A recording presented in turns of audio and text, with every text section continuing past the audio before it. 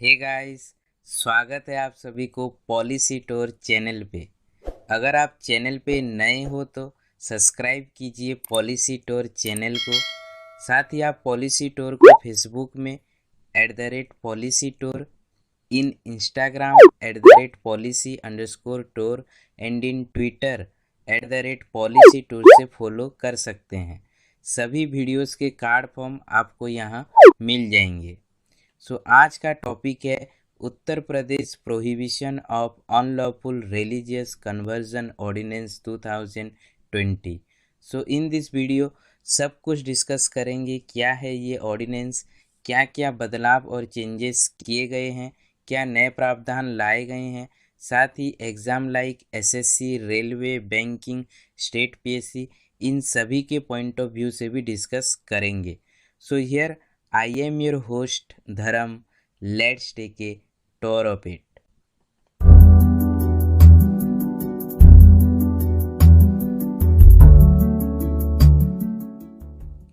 शुरू करने से पहले previous question of the day 4 था, इन which state the silent valley national park is located. The correct answer is Kerala. जब से यूपी के एंटी कन्वर्जन ऑर्डिनेंस आया है, सोशल मीडिया हर जगह, यहाँ तक कि प्रिंट मीडिया पे भी लव जिहाद का नाम उठ रहा है। हालांकि गवर्नमेंट इस शब्द को ऑफिशियली इस्तेमाल नहीं किया है, फिर भी इसी बिल को लव जिहाद से ही जोड़ा जा रहा है। सबसे पहले देखते हैं लव जिहाद का मतलब क्या है, या फिर लव जिहाद किसे कहते हैं। लव जिहाद दो शब्द से मिलकर बना है। अंग्रेजी भाषा का शब्द लव यानी प्यार, मोहब्बत, और अरबी भाषा का शब्द जिहाद, जिसका मतलब होता है किसी मकसद को पूरा करने के लिए अपनी पूरी ताकत लगा देना। यानी जब एक धर्म विशेष को मानने वाला दूसरे धर्म की लड़कियों को अपने प्यार के जाल में फंसाकर उस लड़की का धर्म परिवर्तन करवा देते हैं, तो इस पूरी प्रक्रिया को लव जिहाद कहा जाता है। इसकी शुरुआत केरल में एक हिंदू लड़की और एक मुस्लिम लड़के के प्रेम विवाह से पैदा हुआ था। यूपी में योगी आदित्यनाथ की सरकार ने गैरकानूनी धार्मिक परिवर्तन से निपटने के लिए एक अध्यादेश या फिर ऑर्डिनेंस को मंजूरी दिए हैं। उत्तर प्रदेश के राज्यपाल आनंदीबेन पटेल ने 28 नवंबर को जबरन या बेईमानी से धर्म परिवर्तन के खिलाफ अध्यादेश में हस्ताक्षर किए हैं। मीन्स अभी ये कानून बन चुका है। साथ ही गवर्नमेंट को अभी 6 महीने के भीतर इसे असेंबली से भी पास करवाना पड़ेगा, जो कि योगी सरकार के लिए इतना मुश्किल नहीं होने वाला है। जब इलाहाबाद हाई कोर्ट ने right to freedom of choice of an individual को सही ठहराया था, उसके बाद ही ये कदम लिए गए। साथ ही हाई कोर्ट ने ये भी देखा कि उसके पहले के 2 केसेस ऑन इंटरफेथ मैरिजेस में जो जजमेंट दिए गए थे कि केवल विवाह के उद्देश्य के लिए धार्मिक परिवर्तन निषेध था, वो गलत ठहराया और अच्छा कानून नहीं था, ऐसा बोला भी गया।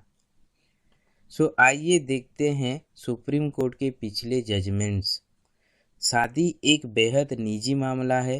किसी व्यक्ति से शादी करने का अधिकार संवैधानिक स्वतंत्रता के साथ साथ गोपनीयता का एक पहलू है। The fundamental right to privacy व्यक्ति की पसंद और निर्णय लेने की क्षमता को सुरक्षित रखता है, mainly that are intimate. Supreme court के 9 जजों के बेंच ने फंडामेंटल राइट टू प्राइवेसी को बरकरार रखते हुए 2017 में स्पष्ट रूप से कहा गया था कि यह एक व्यक्ति के ऊपर ही है कि वह अपनी स्वतंत्रता का प्रयोग कैसे करना चाहता है। किसी का पार्टनर एक ही फेथ का होगा या नहीं, यह एक निजी निर्णय है। साथ ही शादी के बाद किसी व्यक्ति कैसे ढंग से जीना है, ये भी राइट ऑफ पर्सनल चॉइस है।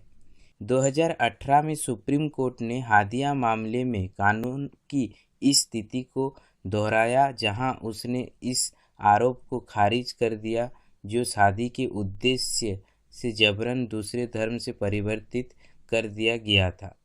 साथ ही हादिया कैसे उसकी ज़िंदगी जीती है ये पूरी तरह से उसकी पसंद का मामला है, ऐसा कोर्ट में बोला भी गया था।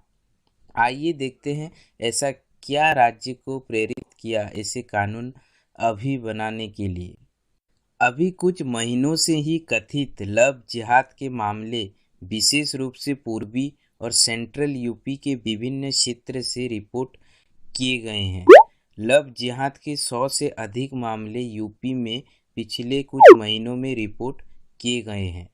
सो a case that triggered the decision is that Kanpur में एक विशेष इलाके के माता पिता का एक समूह ने वरिष्ठ पुलिस अधिकारियों से एक शिकायत की थी कि उनकी बेटियों को कथित तौर पे मुस्लिम व्यक्ति द्वारा फंसाया जा रहा है और अब वे खुद को मुक्त करने के लिए मदद मांग रहे हैं। बाद में आरोप की जांच के लिए एक विशेष जांच दल का गठन किया गया। कुछ मामलों में हालांकि लड़कियों ने यह स्वीकार करने से इनकार कर दिया कि उन्हें शादी का लालच दिया गया था। लखीमपुर खीरी जैसे अन्य जिलों से भी घटनाएं सामने आ रही है। ऐसे देखा जाए तो लव जिहाद का मुद्दा यूपी के सीएम बनने से पहले ही यूपी के सीएम योगी आदित्यनाथ का एजेंडा रहा है।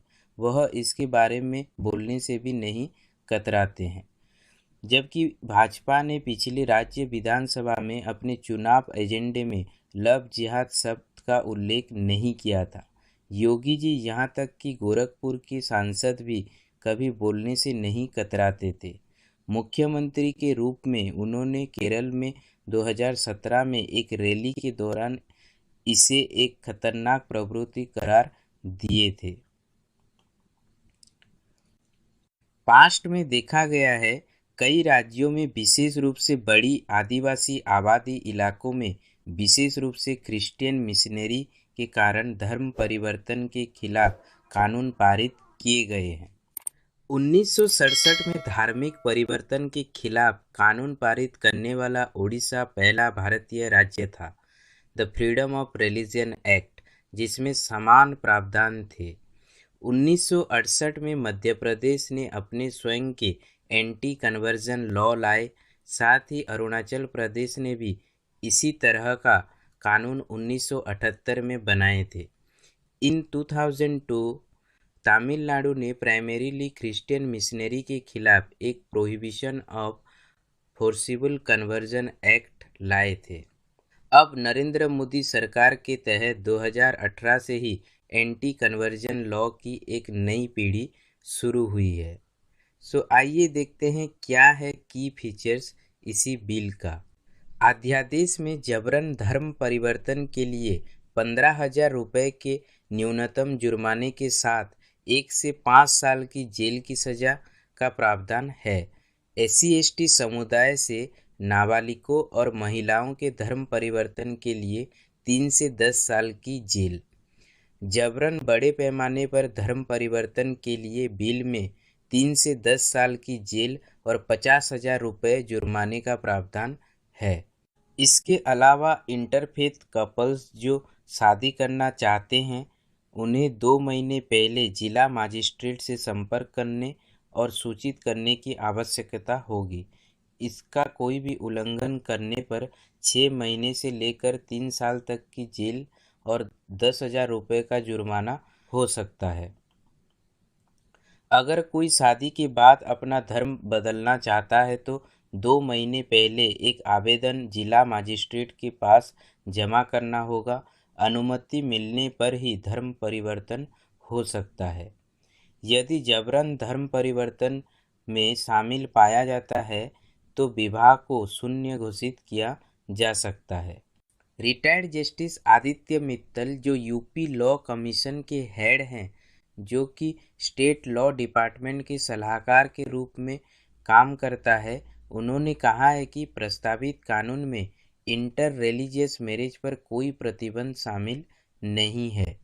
यह केवल ये प्रपोज करता है कि जबरन धर्म परिवर्तन या प्रलोभन देकर या विवाह के माध्यम से धर्म परिवर्तन को अपराध की श्रेणी में शामिल किया गया है।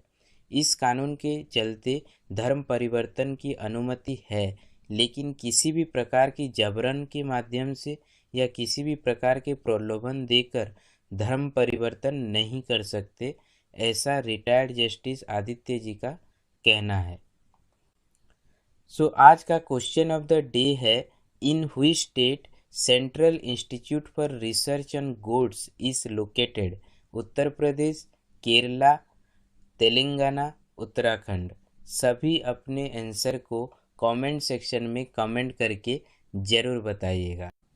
आइए देखते हैं ये लॉ अन्य एंटी कन्वर्जन लॉ से अलग कैसे है। हालांकि 1967 से भारत में धर्म परिवर्तन विरोधी कानून है, उत्तराखंड और हिमाचल प्रदेश विवाह के संबंध में एक खंड पेश करने वाली पहले राज्य हैं। Uttarakhand freedom of religion act 2018 के तहत गलत तरीके से जबरन, धोखाधड़ी, जबरदस्ती, लालच या विवाह द्वारा धर्म परिवर्तन पर रोक लगाता है।